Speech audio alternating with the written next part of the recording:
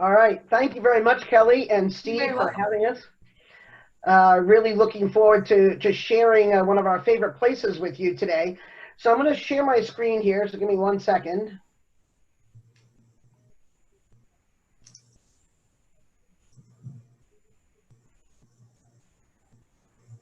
All right. And let's see if we can get this to go.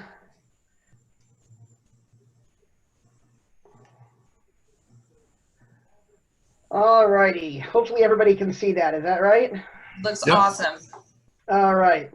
So Iceland has become one of our favorite destinations, and a big part of it is one. It's an incredibly exotic place that really very few people see a lot of it. Most people stay, if they go there, kind of stay around Reykjavik, and I'll show you a little bit of a map of that shortly. But Iceland itself is just so much more than that, and we like going there and showing people the road less traveled, shall we say. So here's a shot of Reykjavik. I'm sorry, the map of Iceland, and you'll see Reykjavik's in the lower left-hand corner there, and that is usually the corner of Iceland that most people see. And part of it is because there's a lot of great stuff around there, which is great. But even though the state is only the size of Ohio, most people never really go far outside of there. And what we like to do when we do our expeditions is cover a broader area going around the island on that ring road that you see bordering the island, and then coming back to the to the northern part of the island, where we also do a lot more diving up in the Akieri area, which is in the north central part of the island, and then back down around again. So we can dive and hike and explore and see different places that most people don't see. So it's really a wonderful opportunity. And once you get outside of Reykjavik, there aren't a lot of people. I think most people probably, anybody who's been there, I think Kelly's the only one who's been there. Is that right, Kelly? From your store anyway? I think so. I actually don't know if Troy has been there. I know he's in here today. I know Troy wants to go there. Yeah. But once you get outside of Reykjavik, there's very few people, because there's about 340,000 people in on the island, but about 240,000 of them are in Reykjavik. So the whole rest of the island only has about 100,000 people. And so now first thing to understand about Iceland is that there are really two aspects of the environment that dominate everything about Iceland. First one is water. Now, one of that aspect of water is the fact that, of course, there's an island, and that the water is relatively warm considering how far north it is, because of the effects of the Gulf Stream. So the ocean water actually is around 50 to 55 degrees. And which is much warmer than you might think it would be, given that it's right just south of the Arctic Circle. The other part of that water is waterfalls. Waterfalls are everywhere in Iceland. I just can't believe, they say it's the land of fire and ice. I want to say it's the land of heat and water. This is the largest of the waterfalls. Gullfoss has the largest volume, and these are all relatively close to Reykjavik. Okay, so these are all within about an hour drive of Reykjavik. So these are probably the most common places that people will go see, when they go to Reykjavik and they spend time there. There are direct flights from Denver, so it's pretty cool to be able to get there in just a few hours. The other part of Iceland that's huge, besides the waterfalls, this is actually Glimmer. This is the tallest of the waterfalls at about 200 meters high, is the geothermal activity. So this is the fire part of Iceland, and there are about 30 to 40 active volcanoes, and the evidence of them is everywhere. So one of them, of course, is by the geysers that you see, like this one, like these, just everywhere, and many of them right close to Reykjavik, but also the hot springs and some of the other areas we'll see as we go around the island, taking our little drive around. There's so much geothermal activity there that they actually heat and do everything by geothermal heating. Okay, so all of that is done that way. So it's pretty impressive that they can heat the entire island and run the entire island on that activity. Also, near the capital is this site right here. This is actually right near the fissure that separates the European and the North American plates. where we're going to go diving shortly, and virtually diving. And but this is actually the site of the oldest parliamentary government on record, the longest running parliamentary government. You see the flag there. That is actually the original parliament done by the Vikings. Centuries and centuries ago in the 9th century. So pretty impressive history there. That wall there is also actually the inspiration for the ice wall in the Game of Thrones. Those of you who are Game of Thrones fans will get a lot of Game of Thrones references in Iceland. There was a lot of stuff was filmed there. So one of the largest of those areas of those fissures is Silfra. Now, Silfra, if anybody has heard about diving in Iceland, this is the part they've heard about, is diving in Silfra. And it is certainly a highlight, no matter how you look at it.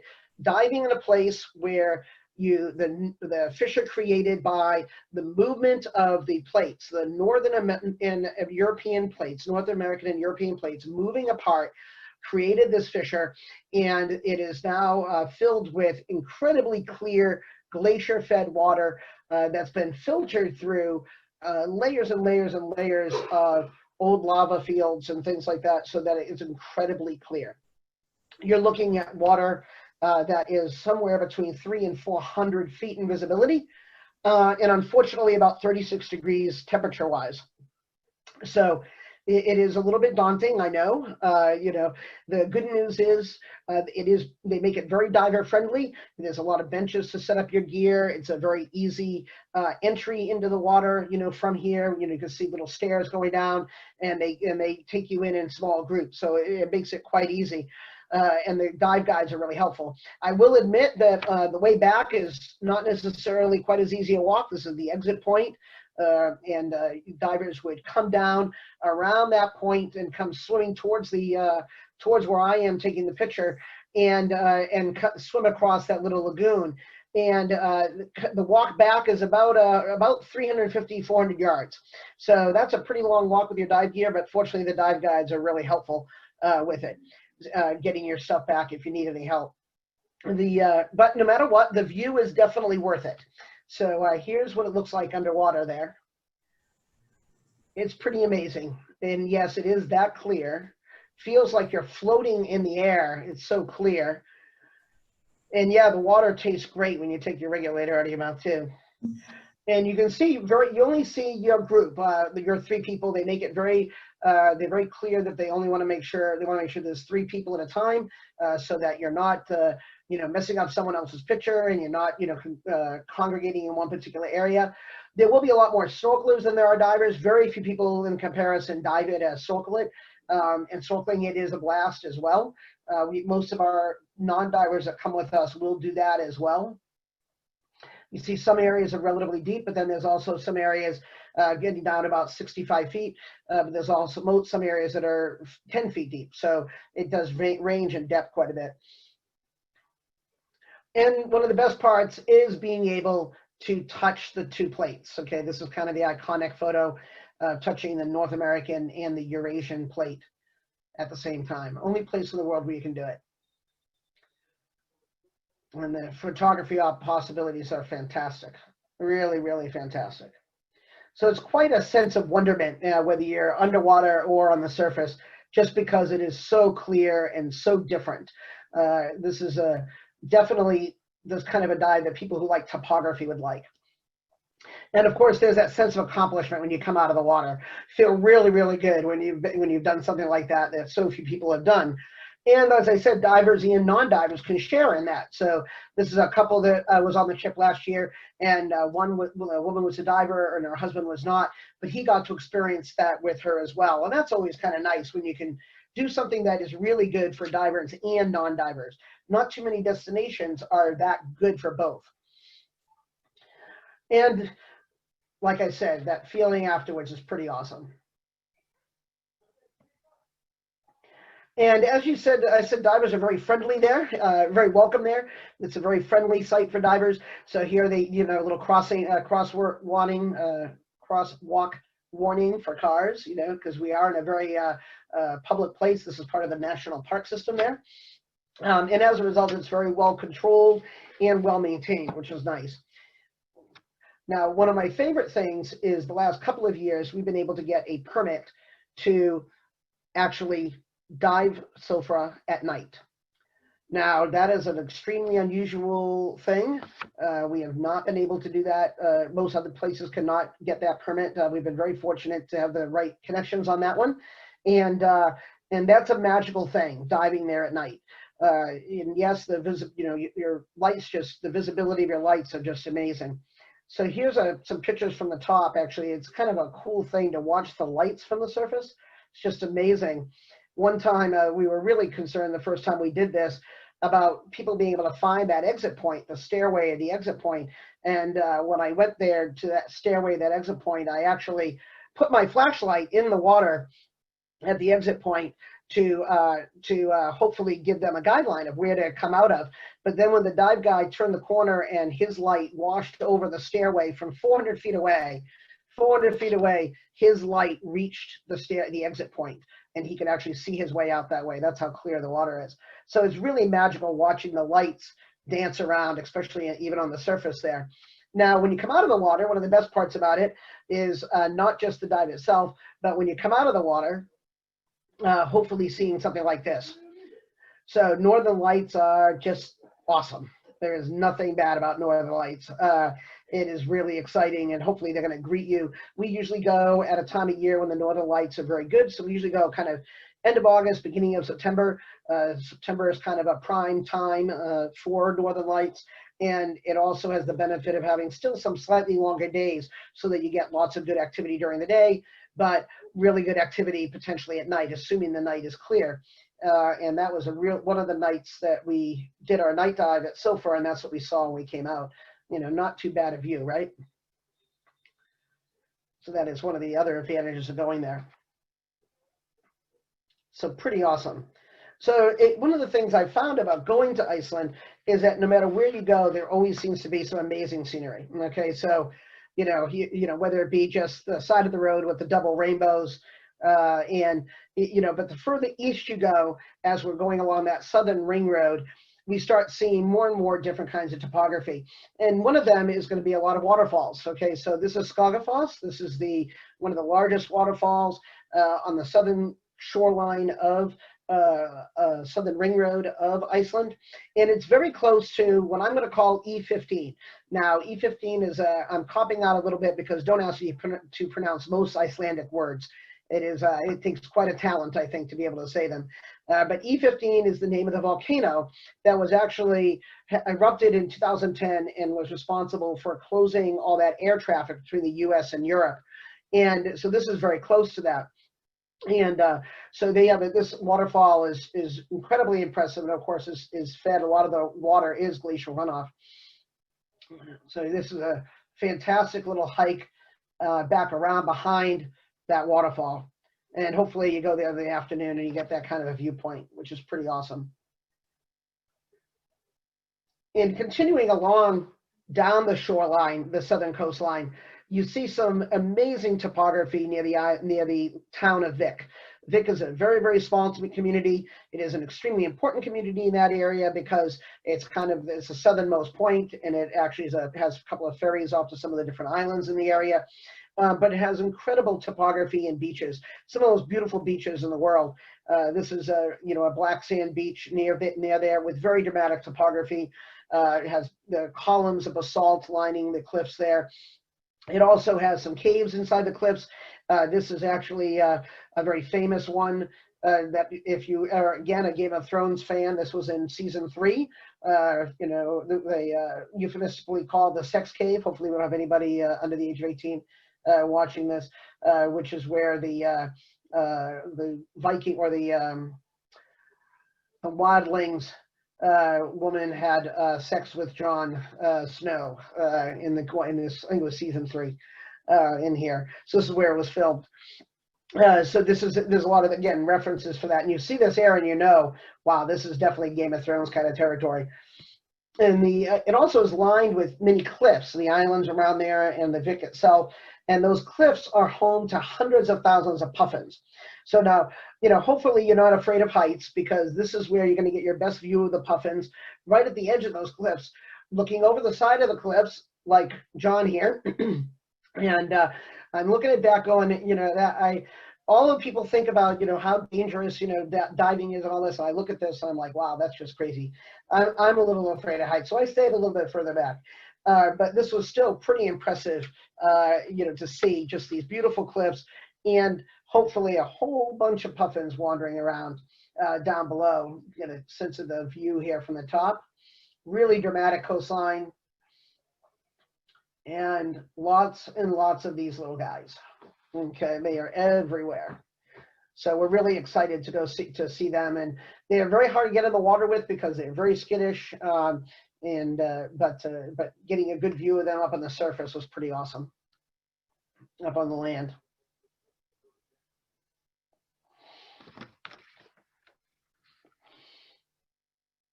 We also were very fortunate to do a lot of hiking around glaciers. This is one of the glacier that's nearest to Vic.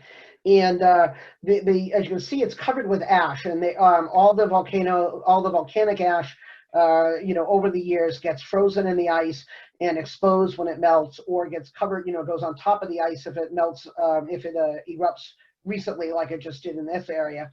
So they're not their pretty caves that you might associate with, or pretty ice associated with icebergs, but some of the ice caves are really impressive. This is one that was just recently discovered after when we were there last year, and I think we were the second group of people to be there. You know, so I was pretty excited about that, to get inside those things. It's pretty awesome. Now, as you go over to the more to the east, you run into a glacial lagoon. So this is actually a lagoon created by the largest glacier in Iceland actually receding. And I'm going to try to pronounce that as Jökulsárlón. And no, that's not right, but hopefully somebody can pronounce it for me. That is to the east of that glacier, and it created this lagoon where these icebergs are trapped and float around in. They eventually will make their way out to sea. But it takes a while as it goes through the fjord. But these glaciers icebergs are really beautiful, and you can drive around them. They used to allow diving around there, but unfortunately they don't right now. You can get some. They do some cruises around there, but it is absolutely striking topography, and the icebergs are pretty awesome. As you walk along the shore and you go further and you get towards the ocean side, you can see the Diamond Beach. And Diamond Beach is, again, another black sand beach, also obviously from leftover from all the volcanic activity, all the ash ground down in the sand like that, and the volcanic rock ground in the sand. And you see these beautiful pieces of ice that get stranded up on the beach. And that's where it gets its name, Diamond Beach, from the glimmering of the pieces of ice. And you see also in the background, you can see the icebergs that are getting pushed out to sea, you know, from the melting of the fjord and the moving of the water, melting of the glacier into the fjord and movement of the water out there. And so it's pretty impressive. and, you know, the ice never gets boring for me. I love it. Some people like ice. I'm not the only one who likes ice too. You know, a lot of other people like ice. Yeah, it's really beautiful. Makes for some really special photography. Now, as you continue eastward and along the southern route, and then start to move eastward, you know, up north on the eastern side of the island, you're going to run into some really barren areas, in that there's not a lot near there in terms of people. There's very, very few people in the area, rarely visited, but even there, they've managed to, you know, come up with some cool places to take pictures. This is one of our favorite photo ops. This is the Red Chair. Yes, there is a red chair in the middle of nowhere, right off the ring road, and this chair was actually considered to be the place where the trolls would sit and watch the universe go by during the long Arctic nights. So this is a chair for the trolls. And yes, you get to sit in one too, and hopefully get your picture taken in it like Deke did here. But there's, in addition to that, you'll see a lot of pristine environment. Here's, you know, the universe they might be watching in the middle of the night. Or these pristine beaches. really beautiful places to just walk along and explore. Places where you'll never see another person, or hardly ever see another person. Now, as we're working our way around the road, we're now coming up around to the northern side of the island. And on the northern side of the island, you get into some really geothermically active areas. And there you'll see a lot of these areas where there are hot springs. And these hot springs are generally right off the side of the road, very easy to get to as a tourist. But again, not too many people there because most people stay around the Reykjavik area. And they are loaded with hot springs. And one of the things that you first go there as an American, you notice there are very few warning signs. Okay, you'll see a warning sign at the very beginning. There's no big railing saying don't go here. You'll see some little lines every now and then saying, recommending not to walk there. But there's not the same kind of thing. They expect you to be smart about it, which is kind of refreshing. And nice to see that they're treating us like adults, and most people seem to be, honoring that and not, going to places where it's obviously not a good idea, so that's really good. And this is my one little video, a little bit of a clip now, maybe of me not being so smart, but take a look.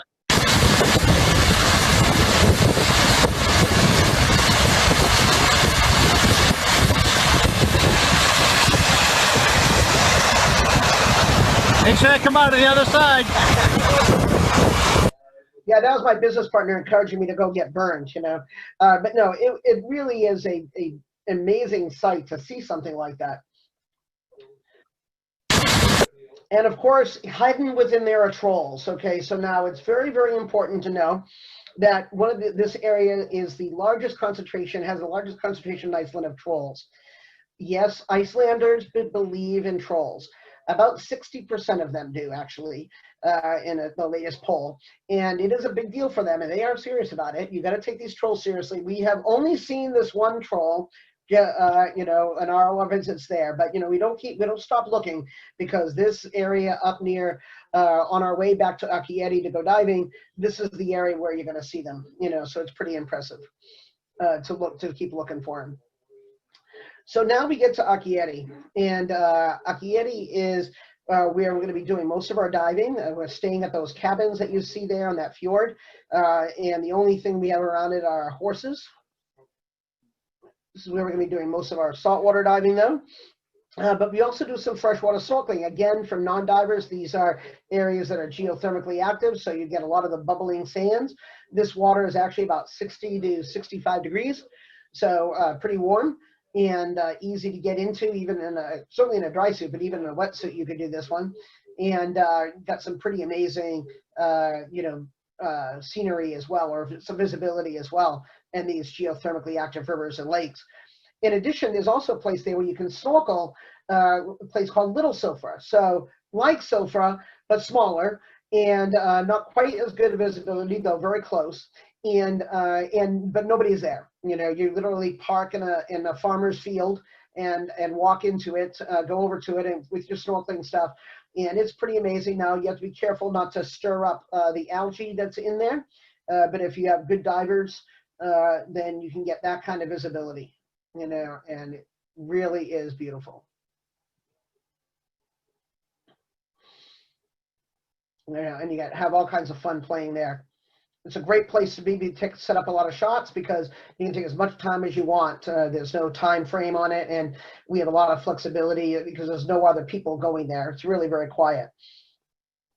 Now, when we go ocean diving, we generally go to a place called Stritton Dive Center. And one of the best parts about Stritton Dive Center is this hot tub that's right outside Stritton Dive Center. It's pretty awesome. They are awesome, awesome people there, and really, really cooperative and helpful with us. And they've taken good care of us over the years, and they like sharing their part of that part of Iceland with us, because they're the only ones up there, and they really have taken it very personally to checking out the dive sites and the animals in those dive sites, and so it's pretty awesome. They will. It was one point a hub for whaling. Now it is a hub for whale watching, okay, which is pretty cool. That's changed. Something that's changed in a lot of places is places that were once hubs for whaling are now hubs for actually seeing whales, which is really beautiful to know and see. So in addition to that, the whales are there because of all the stuff in the water columns, a lot of the small animals, the herring that are schooling, but we see a lot of invertebrate life there. You'll see this right here. This is one of the jellies up in the water column. That's one of my favorite shots. Thank you, Andy. You're on this call, I think. I really enjoy all the little jellies up in the water.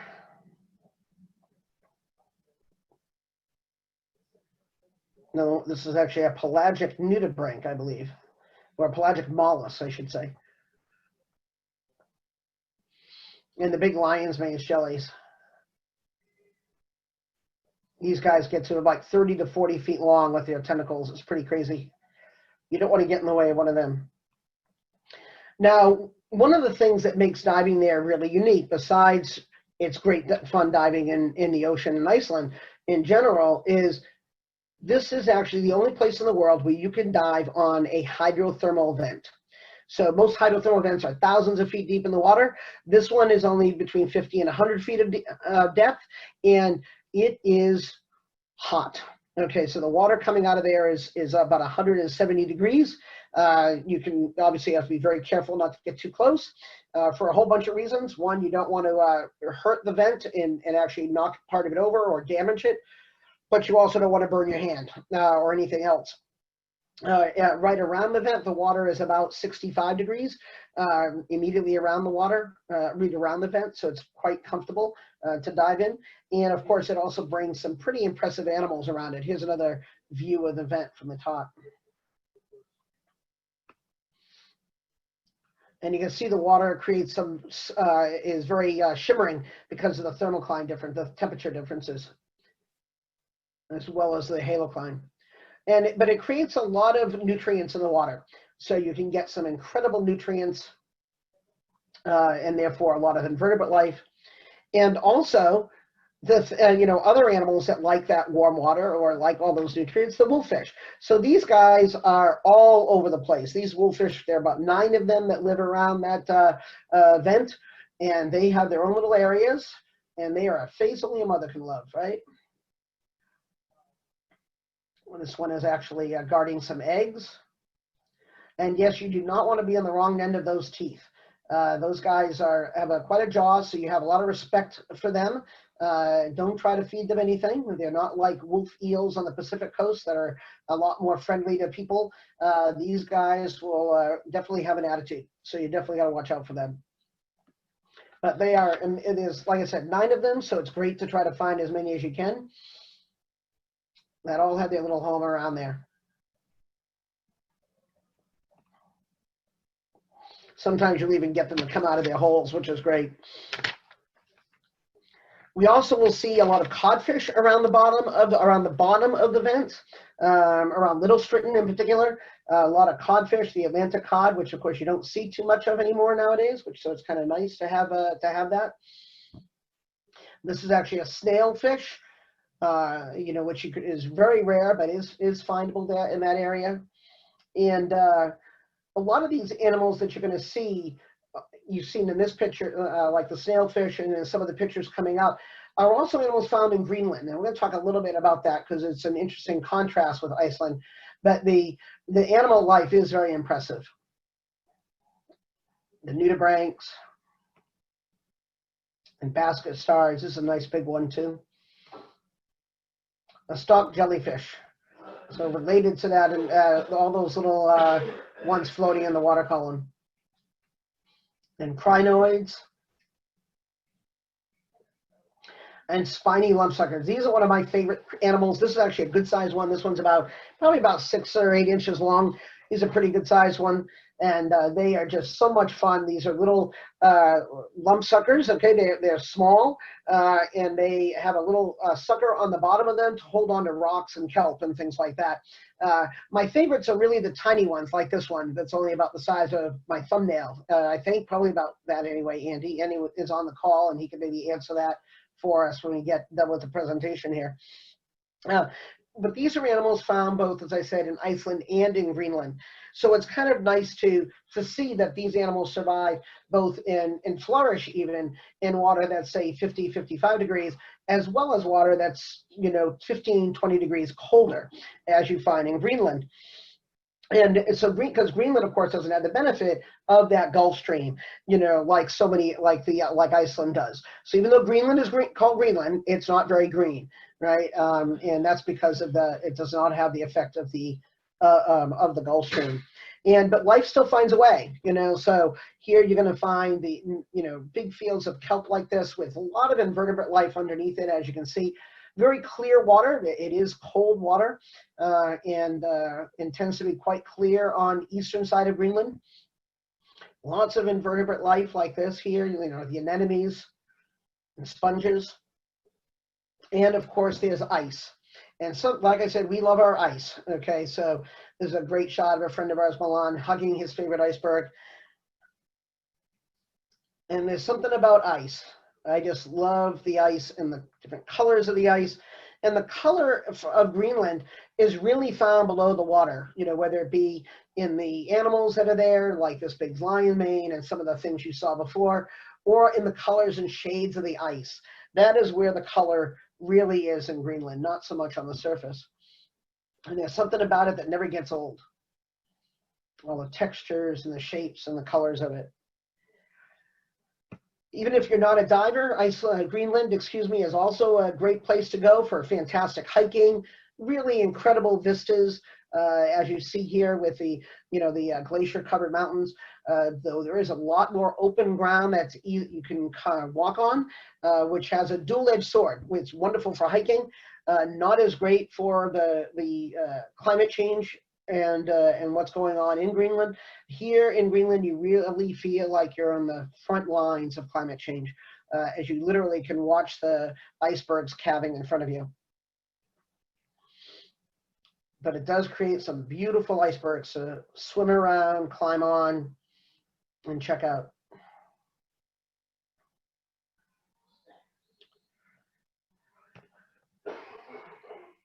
So I want to thank everybody for joining us on this. I hope you've enjoyed it.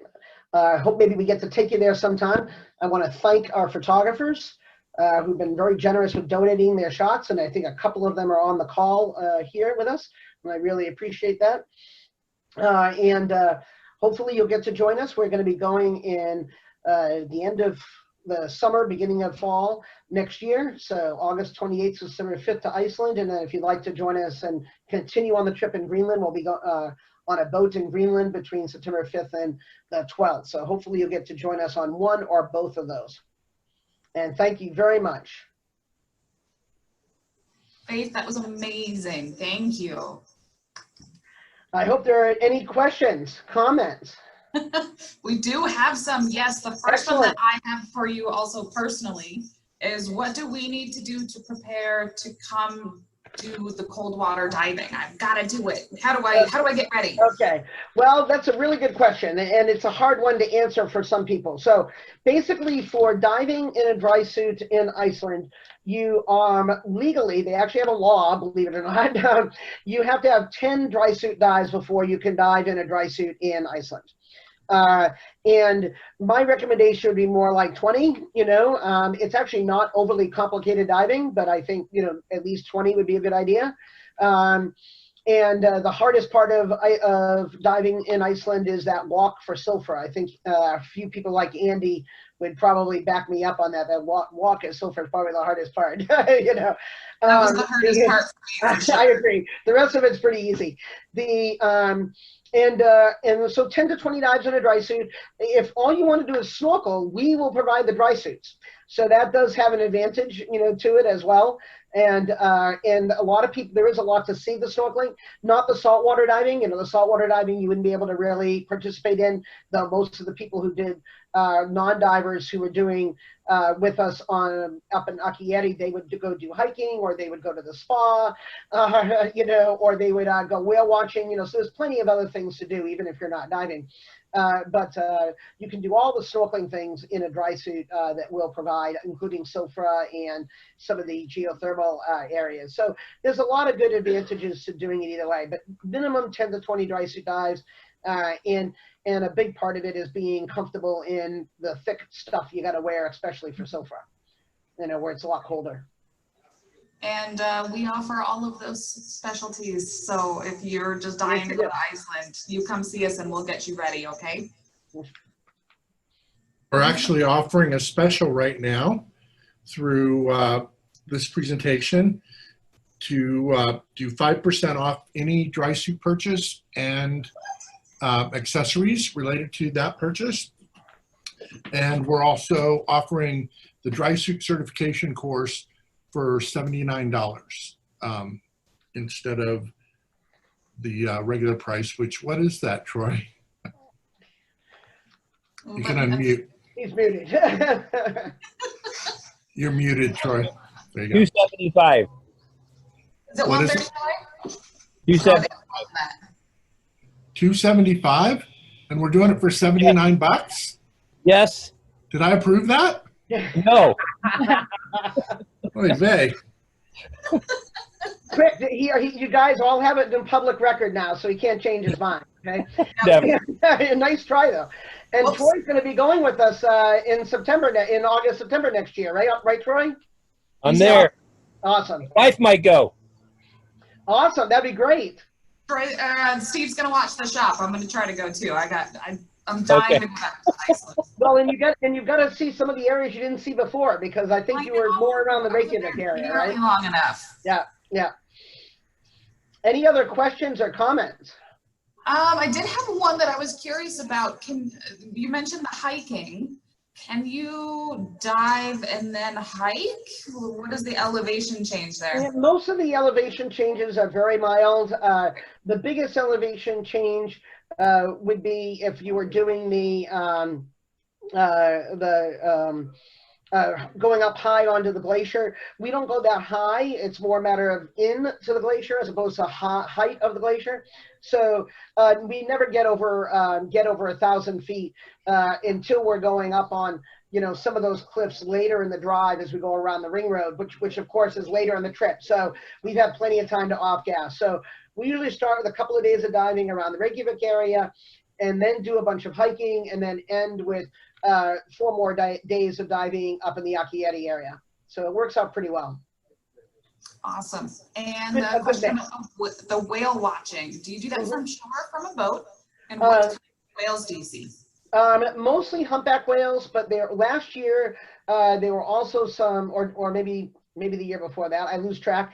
There were blue whales as well as some minke whales and some orcas. Now, we didn't see the orcas, one of the other boats did, but some of the folks did get to see the blue whale, which is obviously quite a highlight, pretty exciting.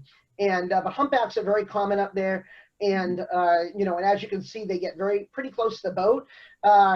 They will let us in the water with them if there isn't a lot of other boat activity around. They worry more about the boat activity and, maybe not being, not realizing there are people in the water with the whales and, getting run over by a boat, but they will let us in the water if the boat activity isn't too high in the area. So it's one of the things that I always want to do too. Every time I see them, I want to get in the water with them. Same. Hard not to. Yep. Awesome. Faith, that was incredible. I have tons and tons of comments on the stunning photos. It was a really, really great presentation. So I'm so glad you enjoyed it. Thank you. And one of our photographers is watching here. So thank you, Andy. Okay, so if anybody's interested in those trips that Faith mentioned, you let us know. We will get you hooked up. We'll do all the dirty work and you get to go do the fun stuff. Again, if you need your dry suit, we can help you with that. If you need your dry suit certification, we can do that with you. If you need ice diving, any of that crazy fun stuff, you let us know. We'll take care of you.